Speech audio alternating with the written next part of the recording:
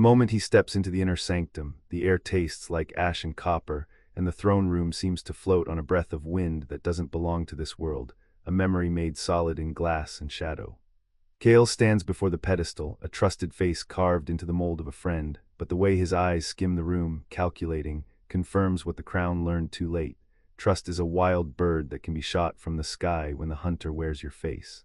The crown itself rests on a dais of black glass, catching the ember glow of torches that gutter like tired stars, and beyond it the ruined city hovers in its strange gravity, a landscape of ashlit spires that forget how to sleep. He does not announce himself with fanfare. He walks patient as a man who has learned to live in the quiet between rain and flame, and every step tightens the cord of memory that has become his spine. The betrayal does not clang here with swords, it speaks in whispers, in plans that fit like a key into a lock you swore you'd guard forever. He hears it as if Kale's voice, once a partner in the work of a realm's weather, has learned to sound like a friend while slipping a dagger between the ribs of a crown. In the hush between two breaths, the ghost of Kale's betrayal rises, not as a specter but as a practiced echo, a very sly compliment, every vow that never shone as truth. Every moment he watched Aaron tilt toward ruin and kept still because the plan sang in his veins. The exile was not merely a distance of miles, it was a severed nerve, and exile taught him what power truly is. It is an instrument you learn to wield not to punish but to heal, not to erase but to restore. He tells himself this as his hand brushes the hilt of a blade fed by starlight and soot, as he recalls the first lesson the ruin forced into him. To survive is to learn to listen to what the ashes refuse to say. The throne room's walls murmur back, crumbling stories stitched into old banners, the ghost of a trusted ally's betrayal pacing like a hunter circling a wounded deer, certain the scar it left will heal only when all the light is trained on the right target. He does not wait for the past to finish its speech. He has learned that memories, like embers, need air to burn cleanly. Ash into iron there is the transformation that turned his exile into a forge. The years away have tempered him in heat and patience, trained his body to feel the whisper of pain as a steady drumbeat rather than a blaze that blinds the eyes.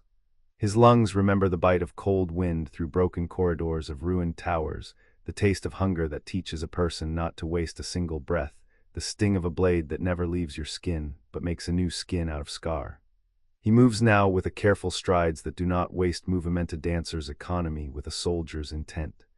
In the districts below, in the hidden cities that float like islands caught in a rain of ash, he learned to move without making a sound, but to be heard when the moment demanded it.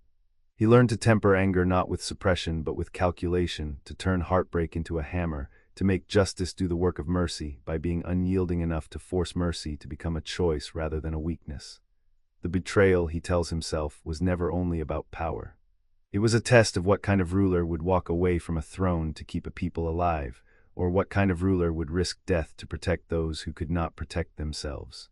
The empire's memory clings to those who remember properly. The weight of a crown is not just metal, but a ledger of promises kept, and the ledger is a living thing that gnaws at the finger that tries to erase it. The city above is but an orchestra of floating ruins and sinkholes of ash. Their song is a reminder that the throne's gravity is not the same as the gravity of truth. Her people, the scattered observer of this broken world, deserve a king who will not mistake the sound of his own name for the sound of justice. He has learned pain once converted to bitterness can be converted again to something sharper, more precise, a guided strike not at a single soul but at a system that fed on fear and faction. Before him, Kale turns with a practiced nonchalance, as if to present the world with a calm face while the claws of the world rake at its ankles. But Kale's calm is a trap he has laid for himself. The man who betrayed a sovereign has also betrayed the future he claimed to love. The truth is not a blade that slices cleanly but a blade that reveals, and to reveal is to shatter illusion. Aaron's mind darts toward the others outside this hall, the unlikely allies who answered a summons not of loyalty but of necessity. Mara, the thief whose fingers move like quick wind through locked chests. Sierra, once a priestess of ash who learned to turn flame into a liturgy of mercy. Jorn, a smith, whose hands remember every fracture of metal and every fracture of trust. Rook, a cartographer who maps not only terrain but the lines of loyalty that bind a city's heart to its crown. They exist not as distant legends but as living pieces that have found their way back to him, drawn by the same iron current that bent his exiled path into something else, a path toward the throne, not for vengeance but for justice, not to rule over fear, but to govern by a reckoning that does not flinch from truth. The sounds of the outside world push through the sanctum's heavy air, the distant drip of water in a ruined balcony, the faint whir of gears from a city that refuses to stop living even while it bleeds dust, the slow creak of the palace's ancient wards propping up a dream that refuses to die. He speaks aloud, not to Kale but to the room that contains him, a speech meant to be heard by the living and by those who would follow when the time comes. He speaks of the realm's need for a king who has learned to wear pain as armor, not to flaunt the pain but to carry it with a quiet mercy. A king who understands that justice done without mercy becomes vengeance, and vengeance, however noble its origin, corrodes the very foundation it seeks to restore. He speaks of restraint not as weakness but as a discipline, a craft perfected in exile, where the only true weapons are time and truth. He speaks of legacy, the obligation to mend what is frayed, to rebuild the bridges that fear burned, to restore the floating towers not as monuments to power, but as beacons for a people who still survive on hope rather than hunger. And then, as if drawn by an invisible thread, the new pieces begin to align. Mara slips into the room on soft-footed certainty, her presence almost a rumor until she is there, placing a set of forged keys on a low table whose wood remembers the touch of old hands. Sierra's ashlit presence follows, a quiet heat in her eyes, moving to the old map case and tracing the lines with the gentleness of someone who has learned to trust again, even after being betrayed by her own faith. Jorn's influence is less visible but no less vital, a series of forged links and a blade that glints with the memory of a dozen failed attempts and the stubborn resolve to turn 1,000 might-have-beens into a single, decisive strike. Rook contributes in a different way, laying out a plan that threads the fortress defenses with the city's new conscience, mapping the corridors where old loyalties still murmur, and showing where fear's grip loosens when truth speaks loud enough to be heard by those who will listen. The alliance is not forged with bright spikes of triumph, but with patient, stubborn glimmers of possibility, a constellation built from the stubborn stubbornness of people who know what it is to be hunted and to fight back with nothing more than what remains when everything else is stripped away. Cunning, courage, and a stubborn belief that a better future can be drawn not by the sword's edge, but by the quiet, careful work of turning a broken system toward a new day. Infiltration follows intention, and intention is a blade with two edges, one to cut away the traitor's webs, the other to spare what remains of the realm's memory. The Rekonerth fortress Kale has misused as a throne of fear has its own rituals and wards. Aeron uses the new pieces as instruments, not as tools to be used and discarded, and the fortress becomes a living puzzle where every door has a story, and every story is a thread he must pull to unweave deceit. The climb to Kale's sanctum is not just a climb of stairs, but a climb through every lie Kale ever told, every oath taken to protect himself while pretending to protect the realm. The guards, many of whom grew wary of Kale's absolute severity, shift like tides under Mara's discreet signals and Jorn's subtle tinkering with the warding runes, while Sierra's presence calms the hostile spirits of the Placithos that would lash out when the truth is finally laid bare. And then the confrontation and the reckoning arrive, not with a roar but with a voice that binds as much as it reveals. Kale turns, the light catching the edge of a blade at his belt, a smile tugging at the corner of his mouth as if all this were a game head already won. He speaks of loyalty, of a crown that should not be wrested from a rightful hand, of the chaos that would come if the throne did not bend to his will. His words are a velvet knife, and Aeron's mind catches on the price of each syllable, the way a single phrase could split the room into factions. But he does not rise to the bait. He does not return insult with insult, does not seek the old pleasures of triumph in the bloodless theater of a betrayal unmasked. The moment demands something different, a dismantling of Kale's hold, a breaking of the trap that had kept the realm's people in a spell of fear. He threads a different argument through the room, a chain of truth that binds Kale to the consequences of his choices. The alliance he believed unbreakable was never anything more than a coiled threat to the very things Kale claimed to defend.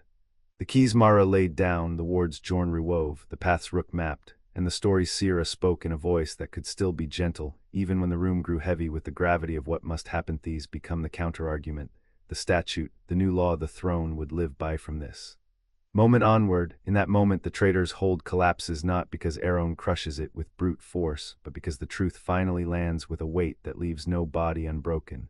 Kale's own Peepleth soldiers who once believed his Lisi through the glossy wares. They have learned to listen to the crown's memory, to hear the echo of the empire's first oath, and to recognize that the sovereign in exile carried nothing but a tempered will and a vow to heal. Kale's rhetoric falters, then shatters, not into glory but into the small, ordinary pieces of a man who found his empire's memory too threatening to bear.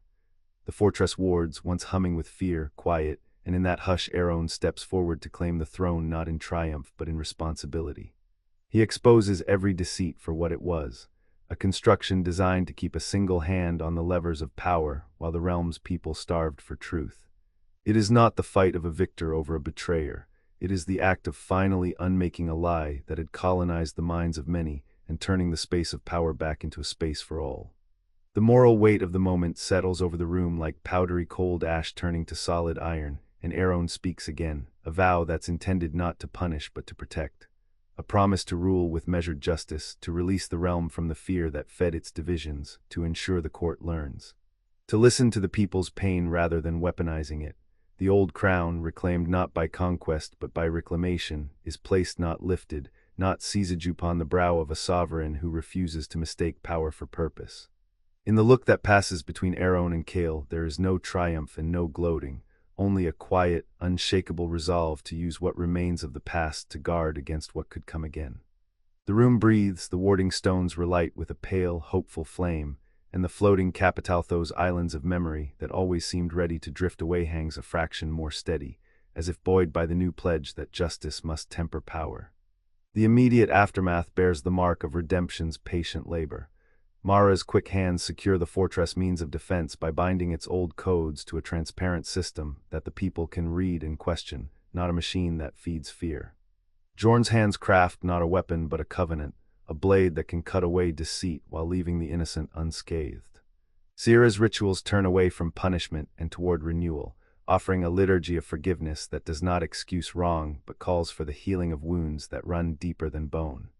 Rook's charts, once weapons for plotting a siege, become a map of Governantian atlas through which the realm can move forward together rather than leap into another cycle of power and ruin. And Aaron, standing amid the soft fall of ash that drifts like slow snow through the shattered capital, feels the weight of the crown settle not as a burden but as a compass. He knows his ascent will never be easy, that every dawn will demand a governance rooted in truth, and that the realm will test him again. Yet the transformation is not merely his own armor shaping around a new design of rule. It is the realm's awakening to its own capacity for healing, to the stubborn truth that forgiveness and accountability can walk side by side, that justice can be merciful without watering down its sting. As the last echoes of the fortress old lie fade, Aaron steps outside into the pale light of a sky that seems newly honest, the floating ruins now listening, as if the air itself expects to hear a speech that could steer them all toward a future. The city beneath shivers with the first clear breaths of a dawn not born from the fear of revolt, but from the courage to rebuild. The exiled crown is not merely a symbol recovered from a shelf of memory. It is a living contract renewed with the people's consent, a vow etched into the realm's marrow that the throne will stand to defend every child who wakes to ashes but dares to dream of a city that rises with them. The path forward is not a blaze but a careful work, a construction of legitimacy that requires every hand to be willing to labor, every voice to be heard, every memory to be honored even when it hurts. And Aaron, with the weight of the crown resting gentle on his brow, looks not toward the throne's glow as if it were a prize to be claimed, but toward the long road ahead, the road where a ruler learns to listen as much as to command, where justice must be more than a verdict and mercy more than a moment, where the realm's future will be measured not by how swiftly the throne is seized back, but by how steadfastly the people are kept safe from the fear that once fed rebellion. The realm and the self are reborn in that shared breath of a new day. A wiser ruler sits where once the betrayal had its seat, and a rebuilt kingdom takes its stead upon the air, a city of floating piers and ashlit streets that no longer trembles at the whisper of power, but steadies itself for the long, patient work of peace. And Aaron, who learned that transformation from devastation to armor is the only true kind of strength that endures, holds his vow close, to guard the future with the same careful justice that saved them from a future of revenge, to guard against future treachery with the quiet courage to forgive, where forgiveness serves the greater good, and to remind every winged ruin that still drifts above the ash-choked cities that a crown reclaimed without vengeance can be a crown renewed in service.